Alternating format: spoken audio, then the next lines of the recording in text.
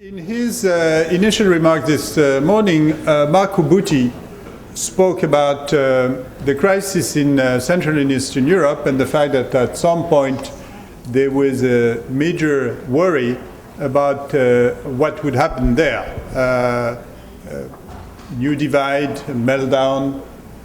So we thought that during this day it would be very appropriate to have an explicit discussion on the East European financial crisis, and the publication of this book by Anders Aslund provide an excellent opportunity for this discussion. So Anders, who is the expert on Eastern Europe, having worked on, I cannot quote all the countries you worked on, all the governments you have advised, but I think we all know the breadth of your policy and research experience, so that you would present the book. And then it will be discussed by Zsolt Darvas, who is a research fellow at Bruegel and a former central banker in Hungary. Also has worked throughout the crisis on the implication for Central and Eastern Europe, and is finishing actually a report on this very same issue. So Anders, the floor is yours.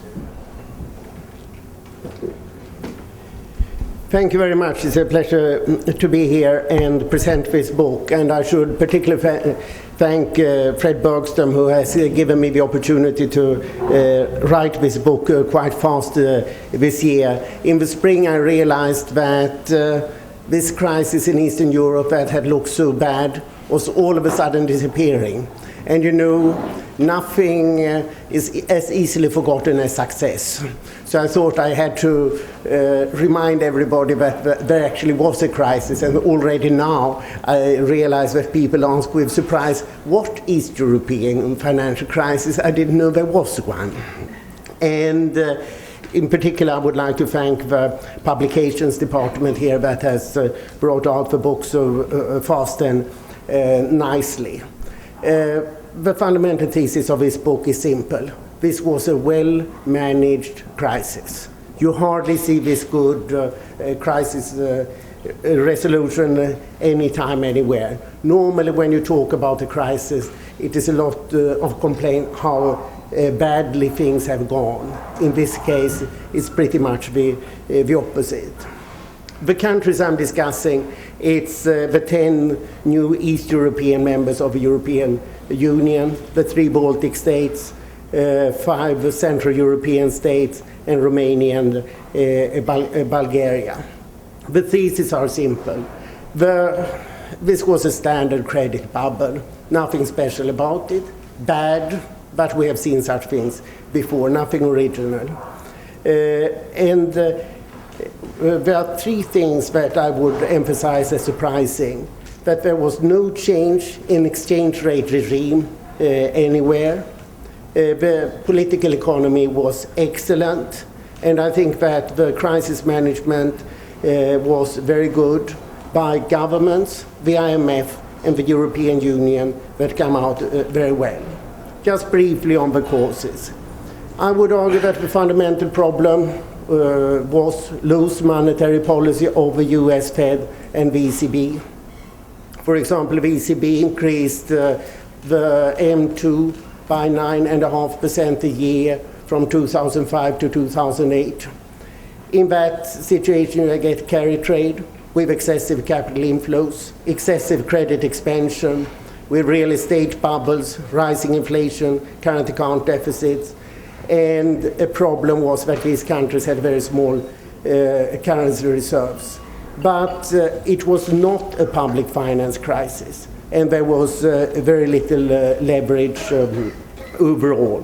So the 2 critical measures here are, on the one hand, the current account deficits, which were enormous in Bulgaria, Latvia, Estonia, Lithuania, and Romania, from 15 to 25% of GDP. You rarely see such big current account deficits, and these were lasting. These are the numbers from 2007, and at the same time you see the numbers for 2009, that they had been totally turned around within 2 years. And in a mirror reflection, you also see what happened to GDP growth. These countries went from an enormous boom that had lasted from 2000 until 2008, in particular in the Baltics, to substantial declines, the biggest declines in the three Baltic states, Estonia, Latvia, and Lithuania. Latvia as much as 18%. So what was then the cause or the particular problem? The issue most discussed, for good reason, has been exchange rate regimes. And here I think that the outcome has been a bit different from what was expected. We can leave two countries aside. Slovenia and Slovakia had the euro from 2007 and 2009, and they had no real crisis. The four countries of greatest concern was the four currency board countries, the three Baltic states and Bulgaria, which suffered the biggest output slump. And then we have four countries with floating exchange rates, Poland, the Czech Republic, Hungary, and Romania, which had mixed results. So looking more on the currency boards, the general view early on was that this was a mistake, that the currency boards were unsustainable, and a very broad view was that they would have to devalue. They had most overheating because they had no means to stop or sterilize the capital inflows. But they also had the best fiscal policy. In particular, Estonia and Bulgaria stand out as having had persistent budget surpluses, and but they had the biggest GDP slumps. But even so, only Latvia needed an IMF program. And the conclusion today is that internal devaluation, meaning cuts in public expenditures and wages, actually work. And all want the euro, and Estonia has, in the midst of a crisis this spring, qualified itself for the euro. Inflation targeting with floating exchange rate looked as the better solution, and Poland and the Czech Republic here look ideal. Remember that Poland did not have a decline in GDP at any time.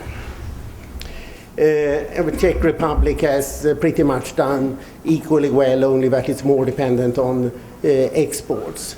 But in this group, Hungary and Romania needed IMF programs. And I think the big point to be made is that if you have a floating exchange rate, the temptation to have a poorer fiscal policy is much greater. And the one country that stands out as having had almost as bad fiscal policy as the euro countries is Hungary. And these countries are today less interested in euro adoption than the currency board countries. So the conclusion on exchange rate is that the ultimate problem was loose monetary policy of the US Fed and ECB, and you don't solve that with any exchange rate regime. And each country thinks that it has made the right choice and is not prepared to change it. So what we are seeing for the future is that we will see different exchange rate regimes also going on. Second issue that has gone very well is political economy. And what we have seen is a minimal unrest. And the fundamental one-sentence conclusion about the political economy of the crisis has been populism is no longer popular. In particular in the Baltic countries, we have seen cuts in public expenditure in 2009 of 8 to 10% of GDP. And that is politically much easier than cuts of 2% of GDP. Because if you cut 10% of GDP, people understand it's a crisis. And the politicians are not cutting even. They are cutting very substantially on some points, and they undertake therefore big structural reforms that have been long needed. Typically, all the countries that have had crisis have cut very hard on their public sectors. Latvia has closed half their state agencies. They have cut public wages. Latvia, again taking the lead as worst hit, has cut public wages officially by 35%, probably in reality by 30%. And Latvia, for example, has cut, closed half the hospitals in the country. A country with 2.2 million people doesn't need 49 hospitals. This should have been done long ago, but now it was finally done. And people have demanded realistic radical crisis resolution. And this has also been reflected in the elections. 8 of 10 countries have changed government, 3 of them actually twice during the crisis. And you can say by and large that they have got better crisis management governments. There's been no sign of extremism during the crisis. 9 of 10 countries have now center-right governments of a liberal kind. And the center-right is stronger than ever. Communism has been almost totally devastated, and there are only right-wing extremists represented in 2 parliaments. And contrary to the idea that it's good to have strong parties, multi-party coalitions have been most effective in the crisis resolution. All the 3 Baltic countries have multi-party coalitions. And the final point here is that the Latvian government was last Saturday re-elected after GDP had fallen by 25% and unemployment gone up to 20%, and it was got a massive majority in spite of this. Why? Because it was perceived as the best and credible government in terms of managing the crisis, and also the most honest. The point is that people want to be told the truth if they are in a serious problem, and they want to see a credible resolution because it's really serious. So the time of populism is over. We have seen similar things in the last 2 elections in the Czech and the Slovak republics, where they have parties that argued against populism won in the spring. On the international organizations, the point is worth making that the IMF has been stronger than ever. It has seized the initiative with speed. It has both had and given more money than ever, thanks to the extension in the G20 meeting in London last April, and fewer conditions. I would say that the IMF has gone back to the old Washington consensus, where it's a focus on budget balance and exchange rate, but not so many structural conditions. And at the same time, the IMF has accepted and financed large temporary budget deficits. I think this is the big lessons from East Asia, 97-98, which was a very similar crisis. And I would also give the European Union praise, because it let the IMF lead. It has provided substantial co-financing, and it checked the IMF. In particular, in Latvia, the European Union went out and supported when the IMF hesitated for not very good reasons. Other international players have been less important. Most notable is how the United States has kept a very low profile if you compare with the East Asian crisis. The World Bank has given way to the European Union. Together with EBRD and EIB, it has focused on bank restructuring.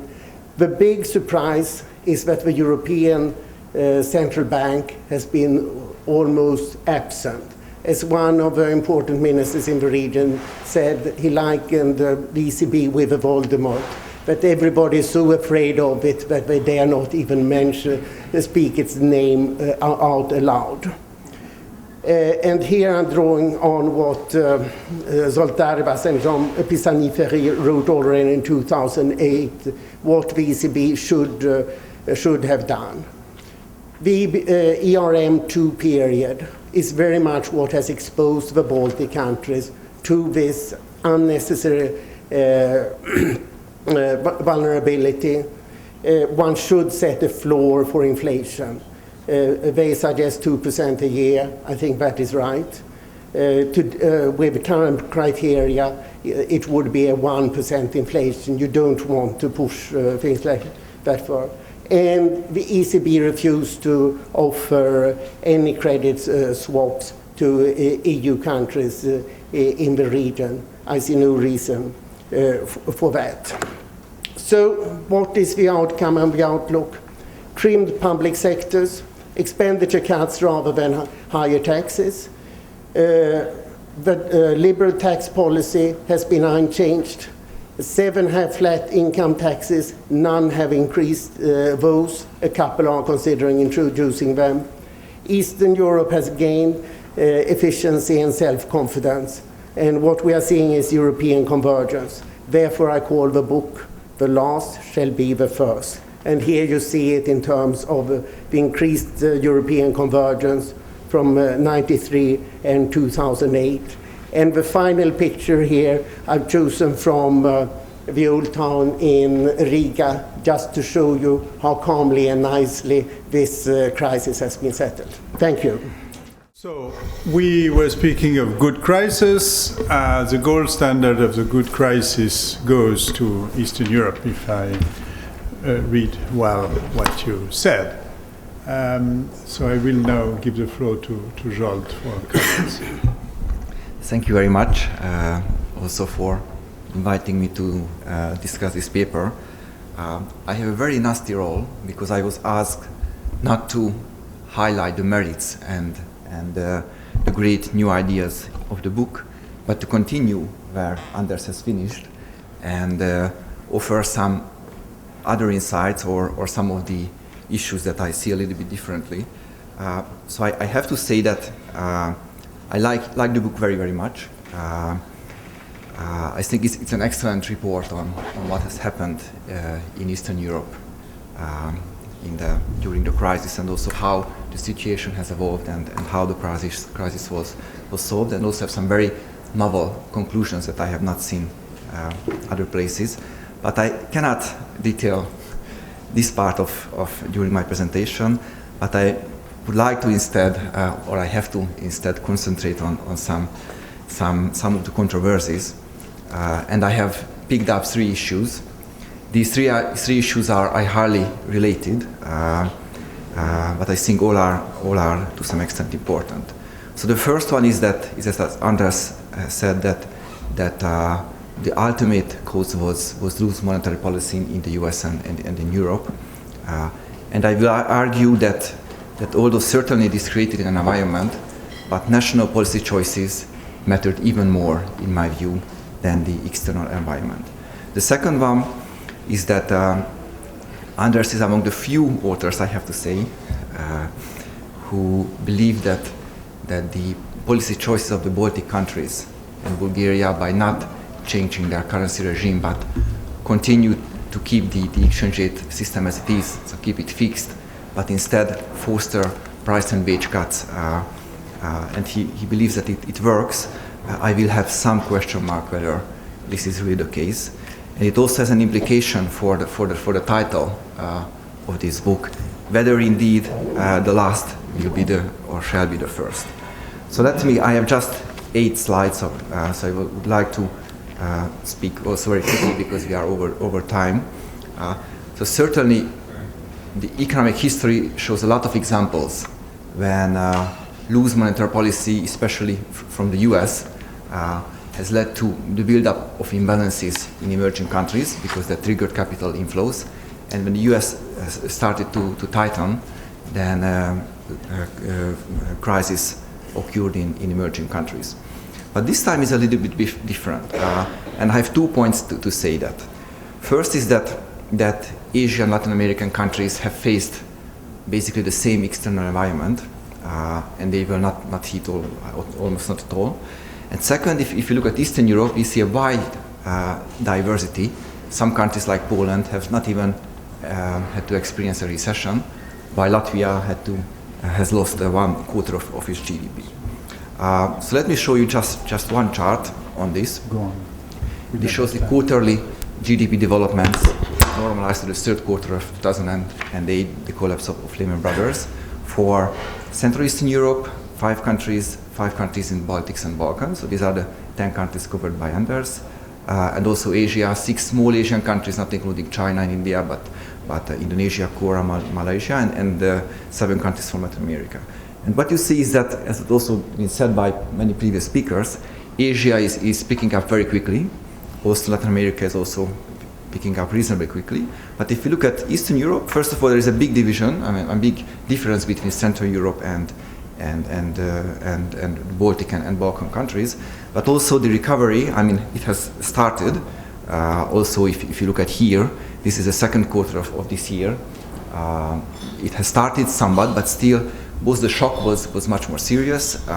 It lasted much longer than in other regions of the world, and the recovery is also not very fascinating. So this suggests me that domestic policy choices made a big difference. Certainly Eastern European countries increased a very high level of financial integration, and we can also raise the issue what the European Commission or the European institutional system had on these countries. I just would like to emphasize that the domestic policy choices had a very important role. The second question, whether internal adjustment will work in current support countries. Here I just show the example of unit labor costs in 2 countries. One is Latvia with the currency board, and the second one is Czech Republic with a floating exchange rate. And it shows both the total economy unit labor costs in blue, the thick blue line, but also in some sectors. What is, I think, the most interesting is the red one, which is the manufacturing sector. And what you can see is that in Latvia, not just total unit labor cost has increased, so the boom not just impacted the construction sector, which is clearly, from 100 it has risen to 500, an amazingly large number in a country that has a fixed exchange rate, but also unit labor cost in manufacturing also has doubled. But if you look at the Czech Republic, there was also obviously unit labor cost in construction has increased somewhat faster, though much less than in Latvia. But if you look at, let's say, manufacturing, it remained broadly stable. And how the adjustment is going on in Latvia. As Andres rightly mentioned, the Latvian government was very tough and cut public sector wages by about 30-35%. Indeed, you can see here that this is a simple average monthly nominal wages in Latvia. That the public sector, indeed, it came down by about 20-30%. The seasonal adjusted series, so the end not be very reliable because the behavior of the series has changed so much. But if you look at the private sector, it has not much changed. Anders mentioned in his book, and also when I talked to some Latvian politicians, they told me that there is some anecdotal evidence that part of the compensation of workers come from an informal economy, and this part of compensation have been cut.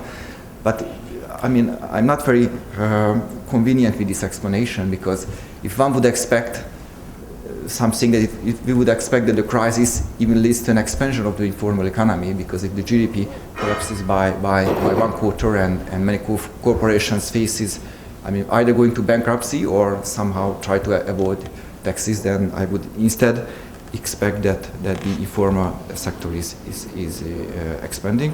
And third issue here is that certainly the current account deficits have been turned to surpluses. But whether this is a kind of reflection that now everything is okay and the economy will grow, I'm a little bit concerned again, because I think that financing constraint were the main reasons behind this adjustment. Simply countries couldn't borrow from abroad, and even money went out. So by definition, the current account had to go to a surplus. But it does not mean that that the underlying competitiveness position of the countries, again I'm talking about the currency board countries, have been solved, and this will provide a brighter future. And the third question, this is the last but one slide, the ultimate theme that Anders explained also in his initial remarks, that the crisis is over, and in a few years from now, not many people will remember that there was a crisis in Eastern Europe. Again, I'm a bit more skeptical whether we will likely reach that situation. And certainly in brackets in the first point, I think what some of these countries have done is really admirable. I mean, cutting public expenditures by 10 percentage points of GDP, when GDP collapses by one quarter, I mean, it's something that I have never imagined that any country could do that. So indeed, what these countries have done, I think, is really remarkable and admirable. And also the social piece, as mentioned by Andres, that the social unrest was not widespread, I think is very, very, very beneficial. And also, I mean, these countries initiated a lot of reforms. Valdis Dombrovskis, the Prime Minister of Latvia, used to say that reform starts when money ends. And in the day they started to initiate a lot of reforms in the healthcare sector, pension system reform, public administration, things like that, which are very, very important. But I'm still worried that despite these very favorable and beneficial developments, and there are a couple of issues that worries me. So first is that I still believe that the exchange rates are overvalued, and it will be difficult to adjust. I'm not very much satisfied with the pace of adjustment in the private sector. If you see the distribution of FDI, it was very much distorted toward financial services and real estate, as I will show. The private debt has reached quite high level. I mean, in the Baltic countries, around 100% of GDP, which is a little bit less than in the euro area, but still much, much higher than it used to be. And thus unemployment has risen very, very sharply. A lot of people are leaving these countries and emigrating. And also the external environment will be not so benign as before. So let me just come to show this table, which I think is quite interesting. This shows the composition of FDI inflows. Again, Latvia and the Czech Republic, two extreme countries, but it's quite telling. If you look at it, in Latvia, only 9% of FDI went to manufacturing, while it's almost 40% in the Czech Republic.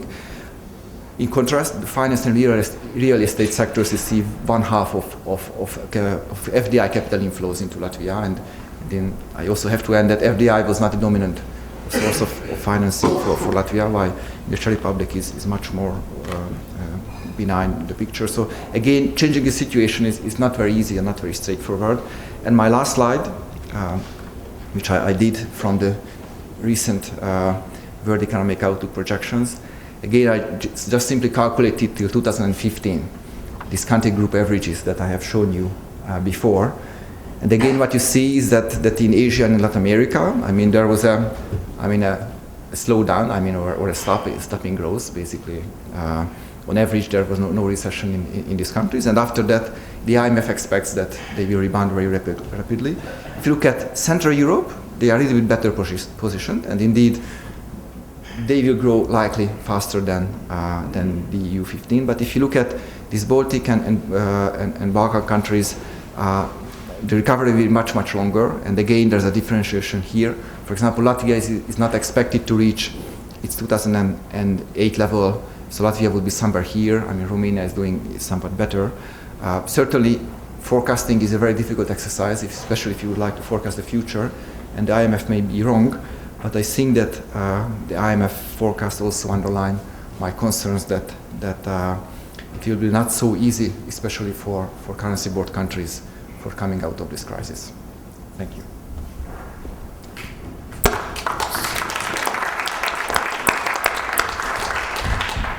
Thank you, Zsolt. I'm sorry to say that we don't have time for Q&A. We have a slot with Mario Draghi, and we cannot afford to miss it because he has other commitments, obviously, and so we have to stick to the time. What I'm going to ask Anders to do is perhaps to respond to some of the comments made by Zsolt. Can I ask you, especially on this internal devaluation dimension, to respond, because I think that Latvia is also a laboratory for other countries, including the countries in the euro area like Greece, that are attempting to engineer an internal devaluation. So it's important to see what kind of judgment we can have after 2 years now.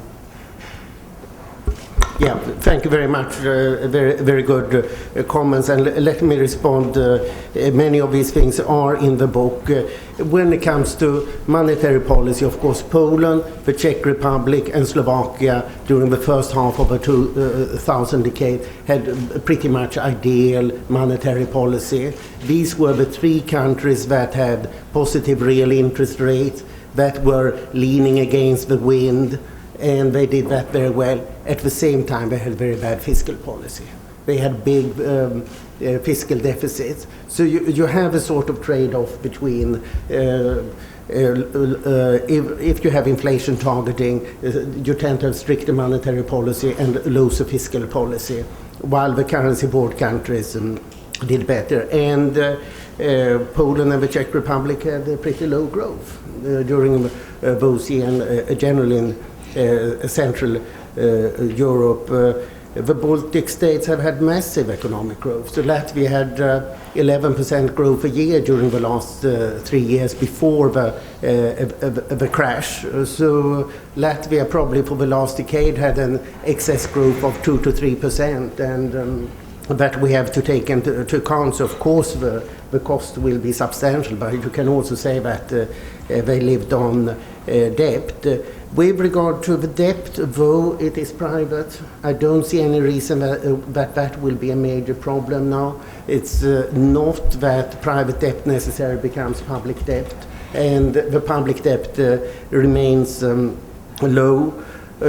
With regard to cutting public expenditure, having dealt a lot with the former Soviet Union, I'm used to see massive cuts.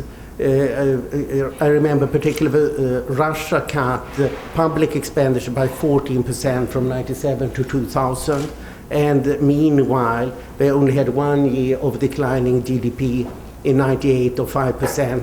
They got massive increase from this sharp cut in public expenditure, since these were very negative public expenditure, essentially enterprise subsidies that were taken away. There won't be as good an effect in the Baltic countries now, because they are already very well functioning states.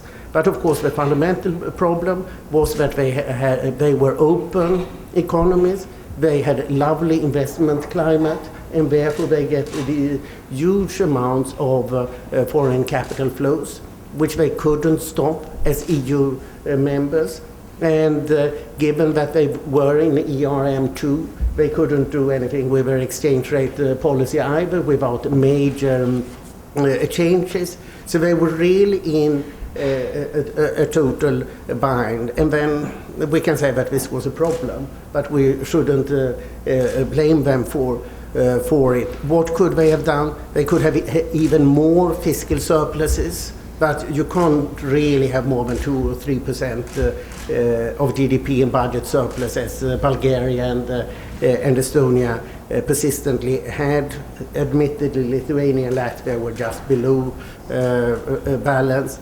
And the other thing would have been banking regulation. But would poor Latvia dare to go on the Swedish banks? Not really. And the Swedish bank regulators didn't really think that this was a concern of them. So it fell between two stools, as we have generally seen in Europe. So yes, something should have been done, but it was extremely difficult to do it before. What will happen now? Well, Eastern Europe is very much dependent on EU demand, since about 80% of exports go to the European Union.